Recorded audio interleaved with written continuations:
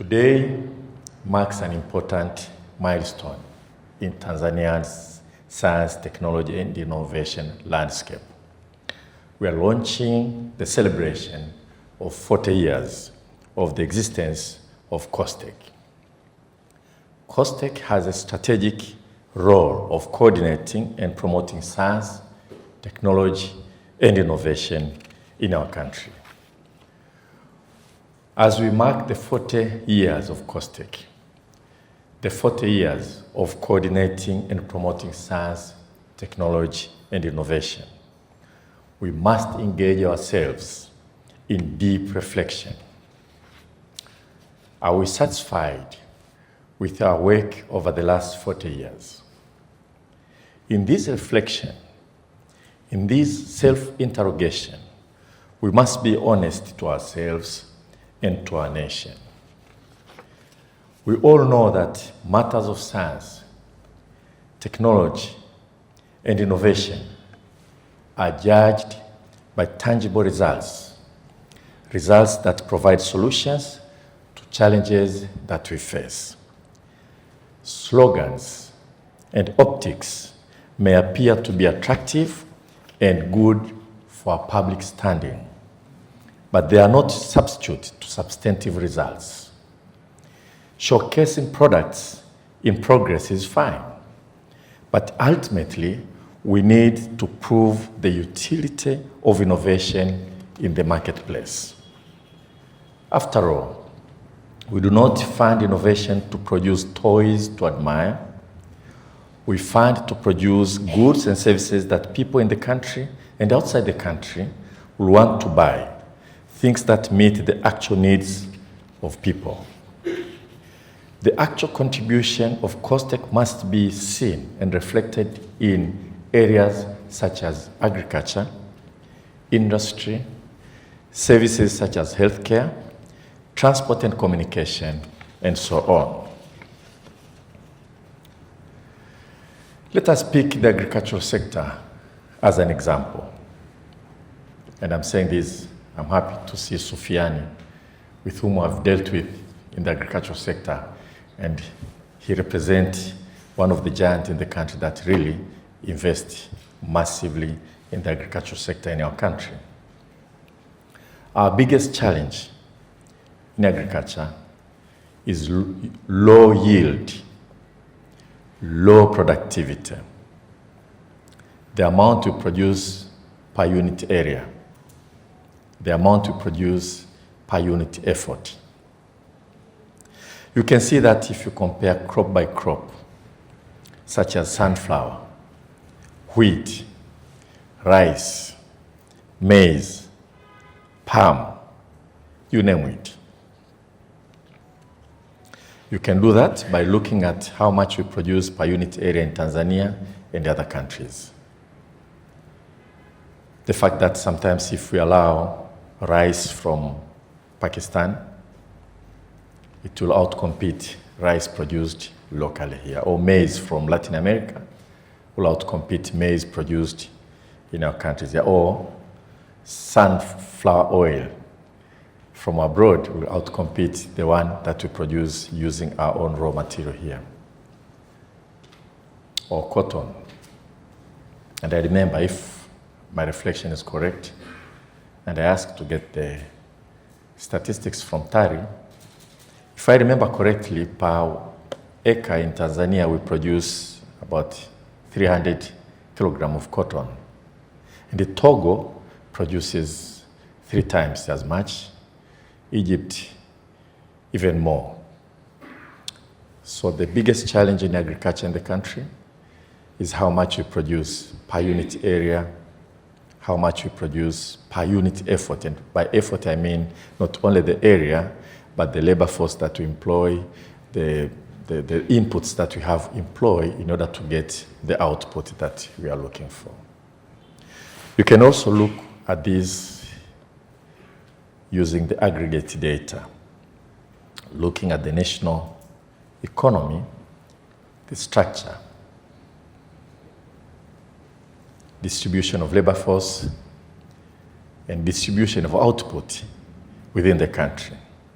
So we know, for instance, in our country, that labor force in agriculture consumes about 2/3 of the entire labor force in the country, about 50 something, about 2/3. About 2/3 of working people in the country are engaged in agriculture. How much does agriculture contribute to the GDP? Agriculture contributes less than 1/3 of the GDP. So 2/3 of the labor force produces only 1/3, actually less than 1/3 of the GDP. Normally, as a country develops, as a country progresses, contribution of agriculture in the GDP will decline. Some countries, agriculture contributes only about 4%. However, the proportionate contribution of the labor force in agriculture will be bigger than the proportionate distribution of labor force in agriculture. So if agriculture, right now, 2/3 of the labor force in agriculture, you'll expect, therefore, its contribution to GDP should be more than 2/3 of the GDP.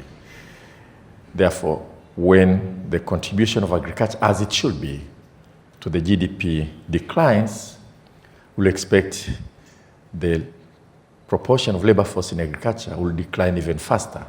That means that still one person engaged in agriculture will contribute more than proportionate share of the labor force. And because once you have this kind of problem, it means that the productivity in agriculture is really, really low. If you have 2/3 contributing all 1/3, it is really, really low. Science will help us to resolve this.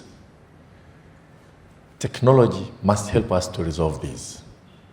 So employment of science, employment of technology should help us to know the best agricultural practices, the best seed, best technology that will afford farmers to produce more per unit effort, more per unit area, and that is called yield.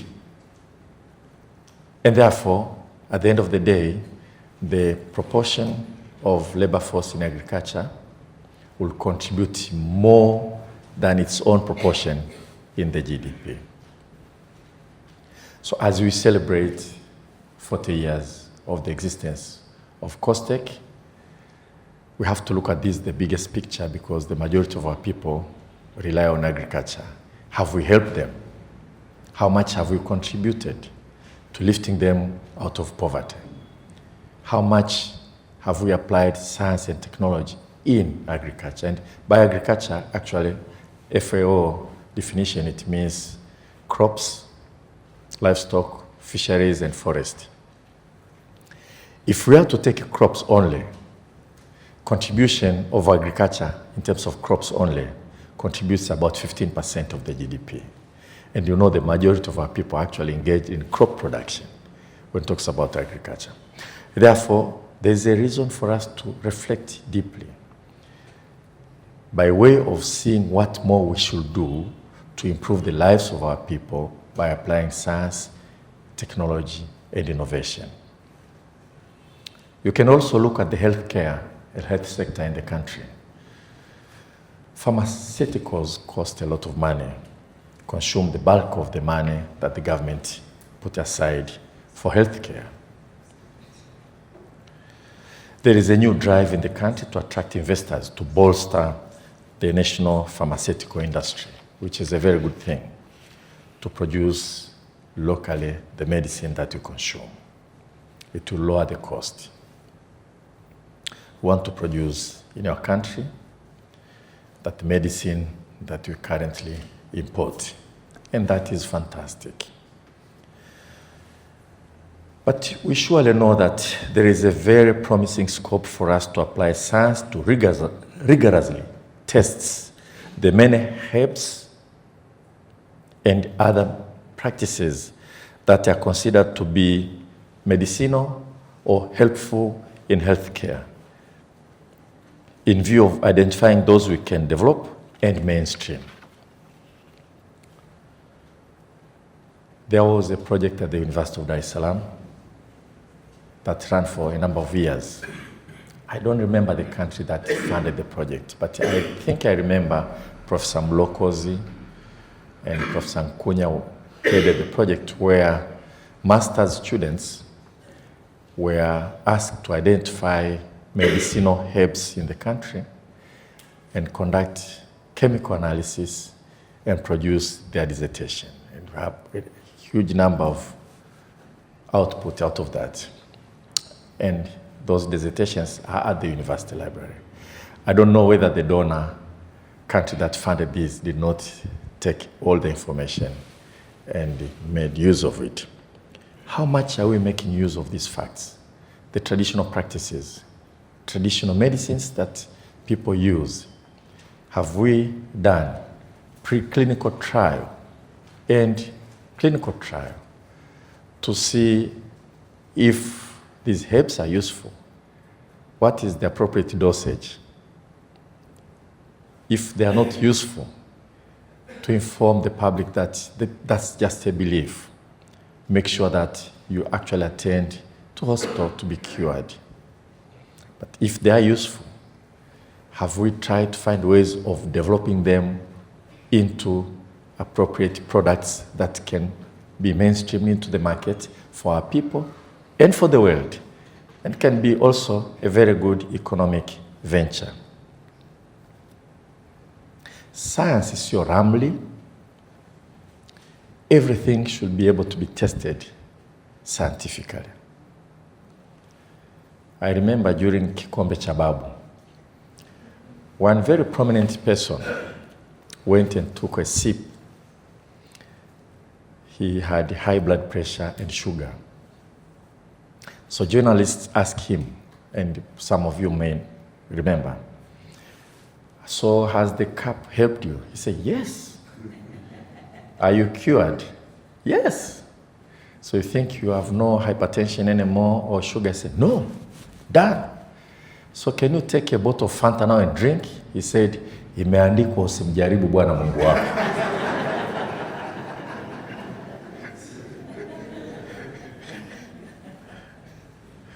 So what does that mean? I talked to some of the scientists. They told me actually the plant that was used to make the cup has some medicinal elements. What have we done since? Have we developed? Have we checked? Have we tested? Have we produced?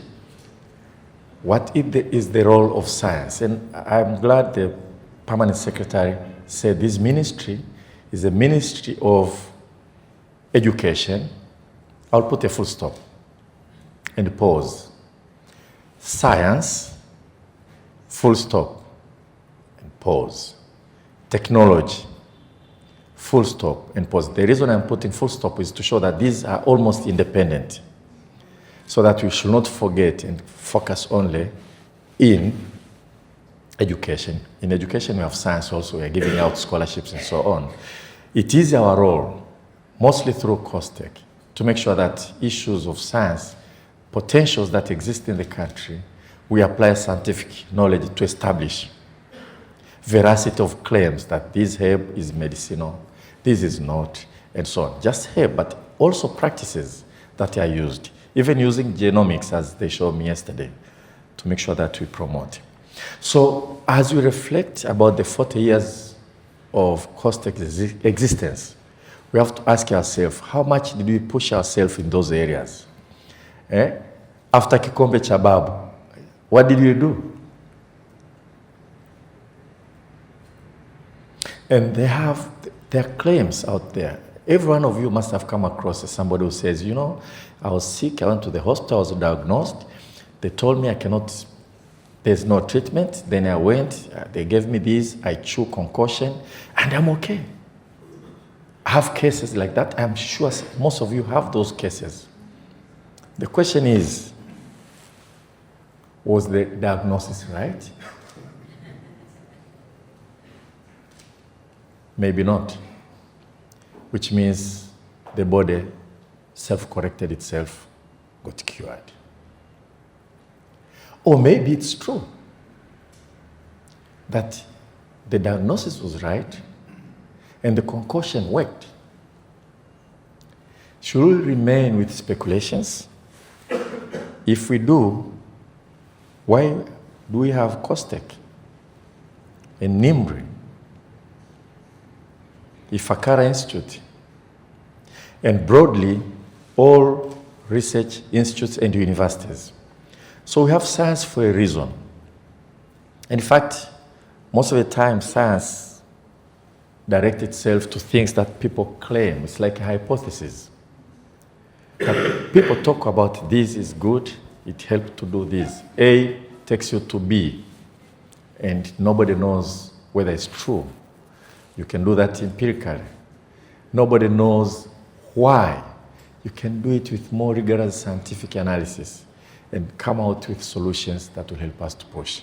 So as we reflect about COSTECH, I want us to reflect about all those possibilities in spite of very good work that COSTECH has done. We study history to learn the past and improve the future. Are we satisfied that we did what we could have done, or we did because of constraints, we couldn't reach the proper goal? The reflection that is going to take us through July, August, September, October must be about the possibilities that we did not manage to harness for development of our country and the world. It is rather commonplace to compare South Korea and Tanzania and Nigeria and any of sub-Saharan African country in 1960 and now by looking at the GDP per capita.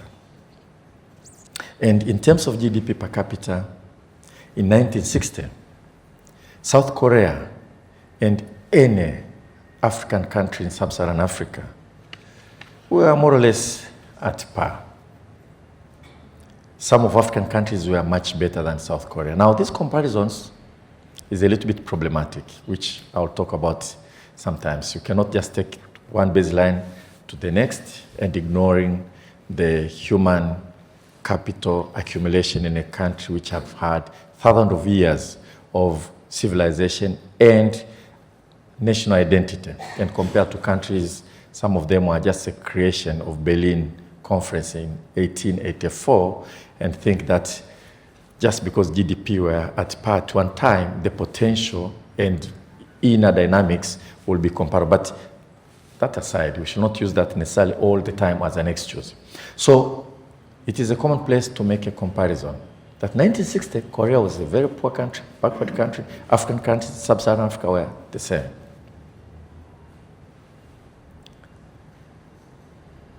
Big poverty. You hear the story that kids in school, they had to boil grasses for them to eat because there was not enough food to eat. And South Korea does not have natural resources that we enjoy in countries like Congo, DRC, Tanzania, and so on and so forth. So that comparison is quite common. As I said, it needs a little bit more explanation, but let's make use of it. Today, South Korea has made astonishing progress. It has become an industrial powerhouse, a country of Samsung, Honda, LG, skin products, a giant of electronics, telecommunications, automobile production, heavy and chemical industries, shipbuilding. So the question normally people say, what happened between these African countries and South Korea? There's one thing that we can learn from. Probably it doesn't explain everything. But in 1966, Korea established what is called Korea Institute of Science and Technology, KIST. And it was established to help the country develop science and apply it, develop technology and apply it, reverse technology and so on. And it was mandated to help industrialize South Korea. And remember, in South Korea, the drive was to use local entrepreneurs and incentivize them to go into production. But there was a belief that they can. That if we establish this institute, it will make radical difference in the country. There was a determination that we will be able to do it. And there was a vision. That's what exactly we want to do. And KIST played a key role in transforming South Korea. So today, as we launch the celebration of 40 years of COSTECH, we must think of KIST and ask ourselves, could we have done better from what it was the case in 1986 when COSTECH was established and today? I mean, if you look at South Korea, the transformation that took place was more or less within 18 years, within one generation, 1961 to 1980. Boom, transformation. We must ask ourselves, what must we do now going forward to ensure science, technology, and innovation play a more strategic, decisive role in the development of Tanzania? We must reflect deeply. We must interrogate ourselves. We must question ourselves. And we must be honest to ourselves, to our country. There are issues of funding, no doubt, that maybe there was not enough funding forthcoming. There are issues of the fact that science, technology is cross-cutting. It involves more than one docket. And we know in government how difficult it is to coordinate things which are beyond your reach within the ministry. So with respect to funding, which is true, two questions we must ask ourselves. Have we done the most out of the funds that we have been receiving? And secondly, did we actually make a convincing case for more funding? Did we show conviction, determination, and vision so that we can attract more funding?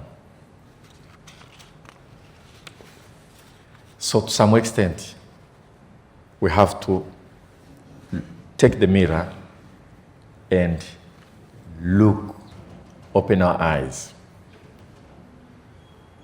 And I'm not saying that the level of funding has not been an impediment, but we will make a case to attract more funding.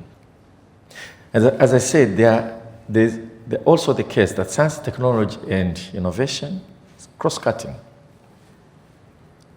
You have, in the Ministry of Natural Resources and Tourism, for instance, you have Tawiri, you have Tafori. These are research institutions. In agriculture, you have quite a number of them, including TARI and TACRI. Ministry of Health, you have NIMRI, and so on.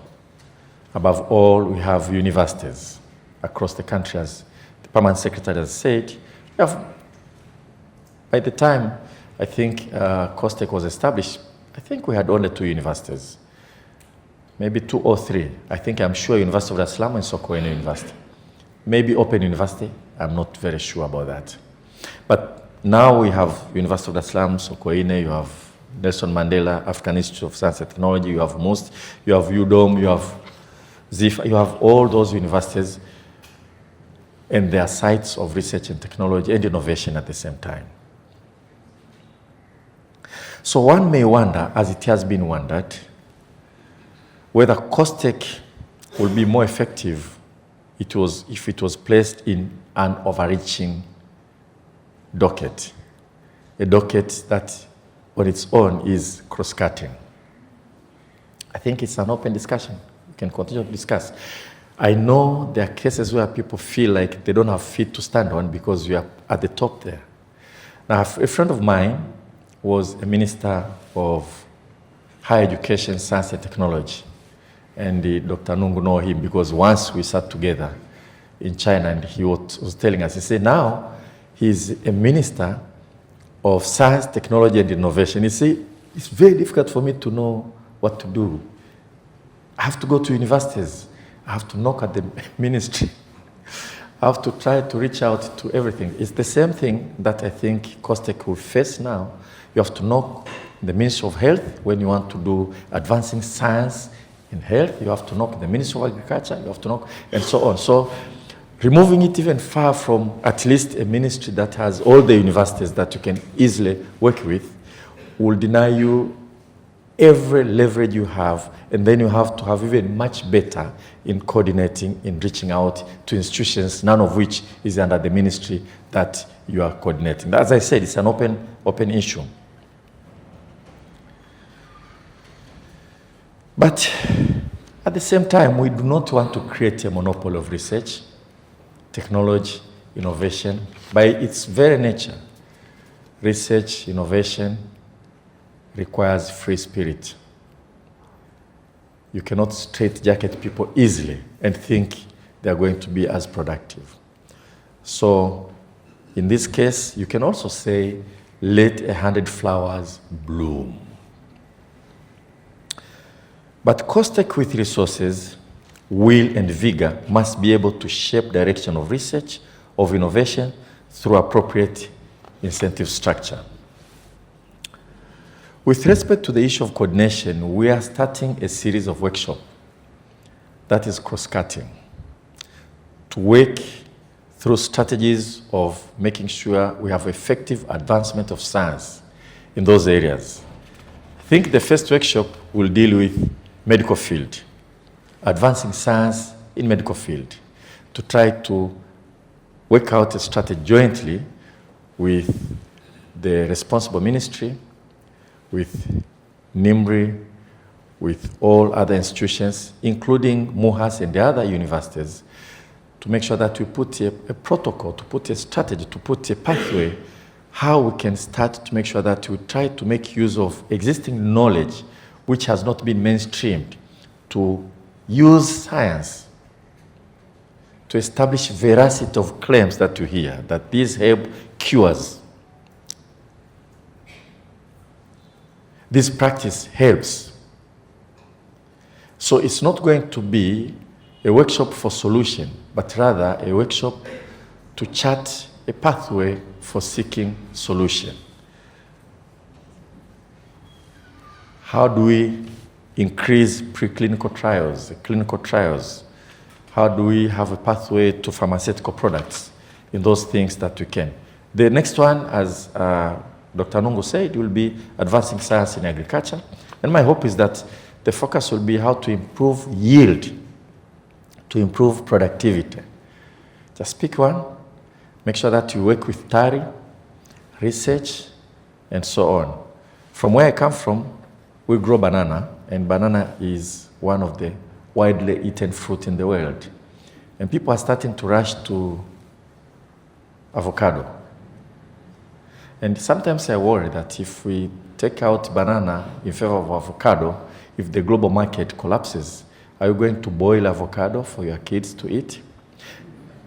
If banana is one of the most widely eaten fruit, can't we do research and find ways of making sure that the banana we grow will be also a commercial, international commercial crops?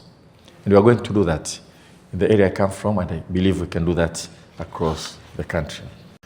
But fortunately, as we reflect about 40 years of COSTECH, and as I said, it has to be deep reflection, an honest reflection, interrogate ourselves, not Nungu and all the predecessors, and not to shoulder blame on any individual, but to look at the institution and its performance and its culture and see what needs to change, to improve.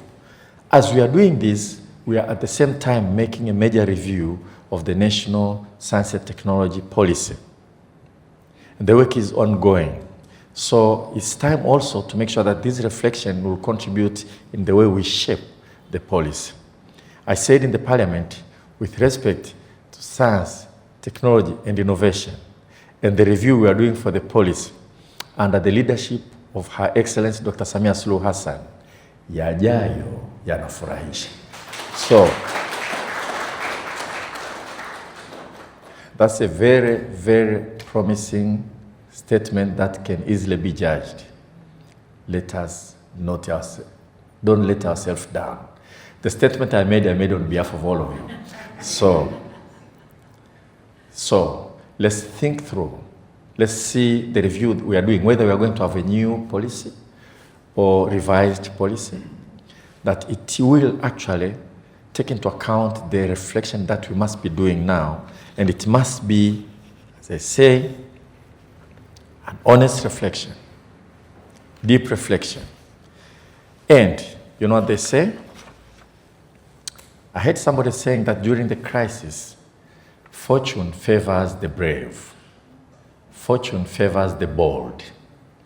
Our country has not leaped into industrial powerhouse as South Korea. So in a way, we are in a permanent crisis. Therefore, for us, fortune will favor us if we are brave and bold. As we review the policy, we must be brave and bold and dream big, think big, have belief and determination and the vision and I believe, yes, we can. Now today, we are also launching the National Information System for Science, Technology and Innovation, a strategic national platform that will strengthen coordination, visibility and accessibility of science, technology and innovation information in Tanzania. For many years, research outputs, innovation data, and scientific information have remained fragmented across institutions. This situation has limited coordination, planning, collaboration, and commercialization opportunities within the national STI ecosystem. NISSTI provides a unified national platform that will connect researchers, universities, research institutions, innovators, policymakers, and other stakeholders through an integrated digital system. The platform will support evidence-based planning, research visibility, innovation management, institutional coordination, and strategic decision-making. I therefore call upon universities, research institutions, innovators, and all stakeholders to actively utilize the system and ensure timely submission and updating of STI information. The success of this platform depends on collective participation, institutional commitment, and shared vision for the future of Tanzania's innovation ecosystem. As government, we remain committed to strengthening the environment for research, innovation, technology development, and commercialization of scientific outputs. We'll continue supporting initiatives to promote digital transformation, research excellence, youth-led innovation, and strategic partnerships for national development. I commend COSTECH for organizing and planning a series of activities which will provide a national platform for reflection, as I said, engagement, partnership building, and public awareness on the contribution of science, technology, and innovation to Tanzania, and the institutional arrangement that will help us to make sure that we do much, much better than the last 40 years. I also encourage young people across the country to embrace science, innovation, technology as pathways towards opportunity creation, entrepreneurship, national transformation, and global competitiveness. The future of nations will increasingly depend on their ability to generate knowledge, harness technology, and transform innovation into practical solutions for society. Tanzania must continue investing in science, technology, and innovation to strengthen national resilience and competitiveness in the rapidly changing global environment. It is therefore now my honor and privilege to officially launch the COSTECH 40 celebration and the National Information System for Science, Technology, and Innovation. Thank you for your kind attention. Thank you very much.